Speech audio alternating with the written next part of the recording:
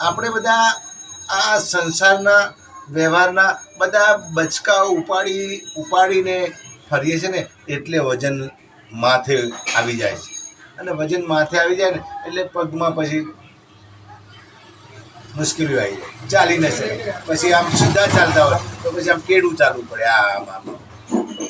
અને આપણે પણ જો પાંડવોની જેમ, પાંડવોએ માતા કુંતા, માતા દ્રૌપદી, અને પાંડવોએ પણ કોઈ પણ જાતનું ટેન્શન નહીં અને પ્રભુ પર બધું છોડ્યું, એમની પર એની ચિંતા એમને જ હોય. પ્રભુ પર એમને છોડ્યું ને તો બધી તમામ ચિંતા પ્રભુને, પાંડવોની ચિંતા હોય. અને આપણે તો હું આમ કરી નાખીશ, હું છે ને નહીં છોડું, આ મારું, આમ છે, આ તેમ છે, હું મોટો. ખરેખર આપણી બધી ભૂલો છે, એના કારણે આપણે દુઃખી થઈએ છીએ. આપણે બધા કેમ દુઃખી થઈએ છીએ?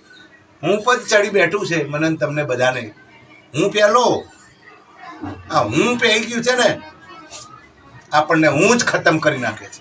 મરતે દમ તક હું એટલે હુંથી હરી વેગડા. પણ જો એની પર છોડીશું ને, જેમ 5 દીકરા હોય અને 5 દીકરાઓની ચિંતા નાના હોય ત્યારે ચિંતા મા બાપને હોય છે, જમાડવાની, ખાવાની, કપડાની, એને મોટા કરવાની, ભણાવવાની, ગણાવવાની, આવી બધી ચિંતા એમને હોય છે. તો આપણે કેવા છીએ ખબર છે? આપણે બધી આપણા બધાની આપણી જ ચિંતા કરીએ છીએ. અરે એની પર છોડો તો આપણી જીત 100% છે. પાંડવોની જેમ 100% આપણી જીત છે. જય હો, જય અલગધણી.